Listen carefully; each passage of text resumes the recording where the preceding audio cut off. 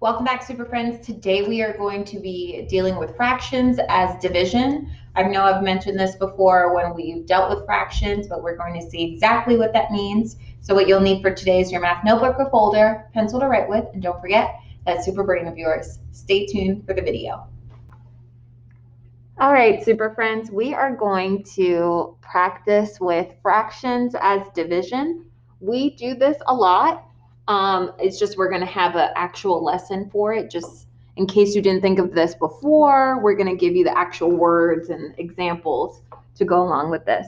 So our first set of examples, we are supposed to write a division expression for each fraction. So every fraction that we see, we have to write it like it's an equation, is what that's saying, a division equation. So how will that work? You guys might not have thought of this, but you guys know the answers to this all the time. So let's look at example one. Example one says 6/7. 6/7 or 6 divided by 7 is what that says. So which one of these is our actual division equation? It's going to be 6 divided by 7.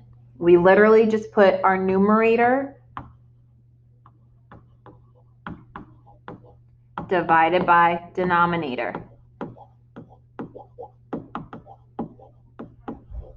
That is how all fractions are written.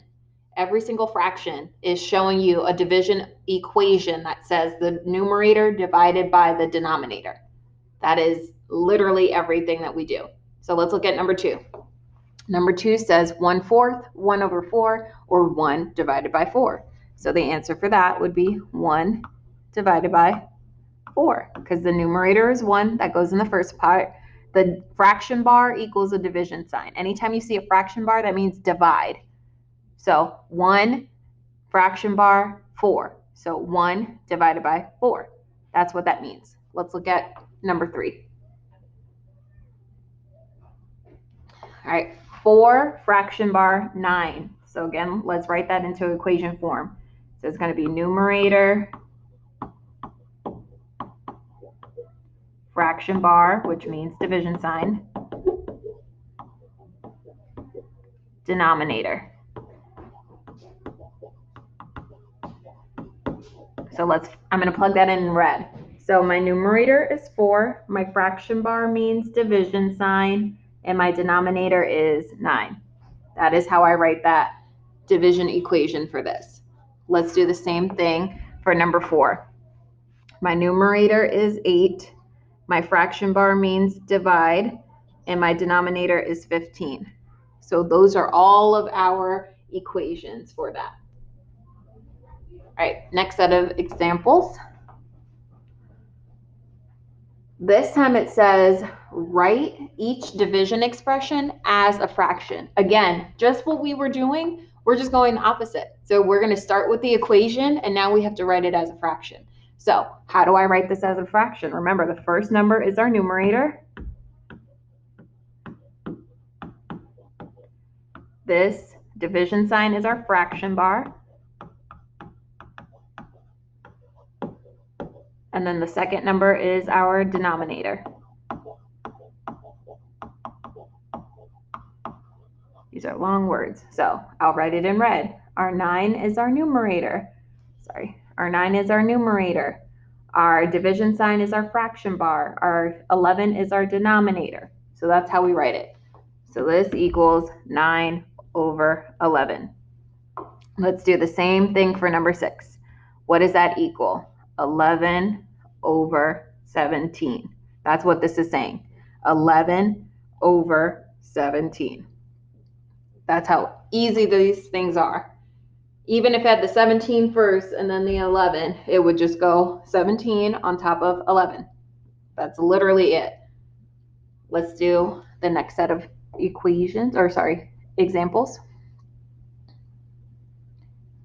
All right, this one says, tell what fraction each person gets when they share equally. Remember, share equally means we're dividing. If ever I have to share equally, that means I divide. Now, another hint, we never want to share so that we have to break people into pieces. We never break people. Never break people.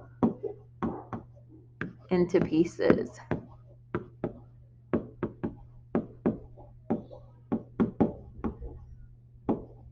I'll explain a little bit more as we go into this, but we always want to break food into pieces. We can do that. We want to break money into pieces. We can do that. We want to break, what else? Drinks into pieces. We can do that. But people, we're never going to go around town or in life and say, oh, yeah, it's 2.5 people. That's not how this works. We always want to break the thing that can be broken, not people.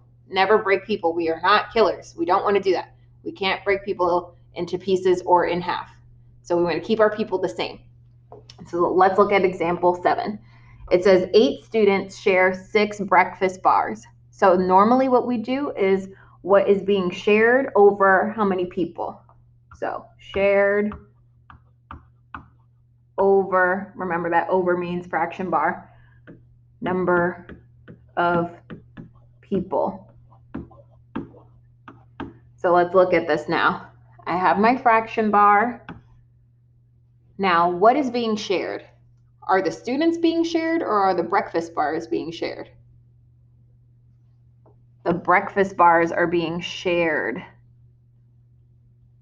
So I'm going to put my 6 breakfast bars on top. And then what is my number of people? My number of people are 8. These are my number of people. Number of people.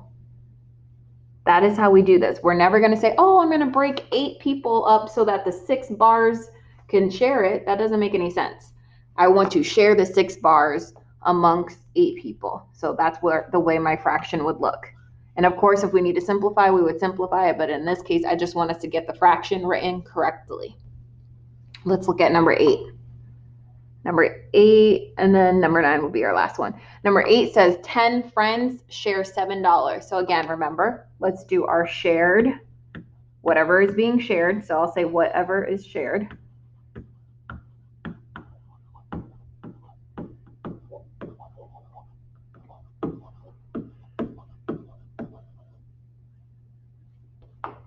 Shared, and then we put that all over the number of people.